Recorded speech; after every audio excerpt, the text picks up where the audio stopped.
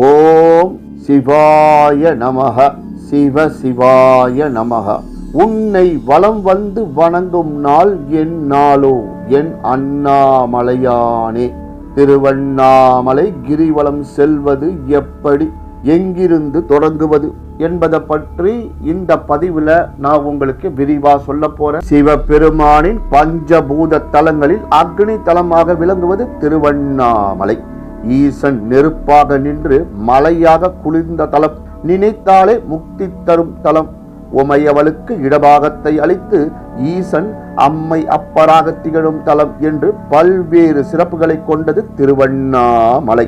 திருவண்ணாமலையில் அருணாச்சலேஸ்வரரையும் உண்ணாமலை அம்பிகையையும் தரிசிப்பது எப்படி சிறப்பானதோ அதே அளவு சிறப்பானது அண்ணாமலையை வலம் வந்து வணங்குவது. அருணாச்சலேஸ்வரரை மனதில் நினைத்து அவரது பெயரை உச்சரித்தவாறே கிரிவலம் வரும்போது ஏற்படும் சுக அனுபவம் அலாதியானது. திருவண்ணாமலையை கிரிவலம் வருவதன் மூலம் உடலும் உள்ளமும் நலம் பெறும். திருவண்ணாமலையை சுற்றி கிரிவலம் மேற்கொண்டால் தீராத நோய்களும் தீரும், அனைத்து பாவங்களும் விலகி மோட்சம் கிடைக்கும் என்பது ஐதீகம். கிரிவலத்தை தொடங்குவதற்கு முன்பு திருவண்ணாமலை கோவிலுக்கு அருகே இருக்கும் பூத நாராயணரை தரிசித்து அனுமதி பெற வேண்டும். பூத நாராயணர் தான் திருவண்ணாமலையின் காவல் தெய்வம். அவரை வணங்கிவிட்டு புறப்பட்டால் எந்தவித இடையூறும் இல்லாமல் கிரிவலத்தை முடிக்க முடியும் என்பது நம்பிக்கை.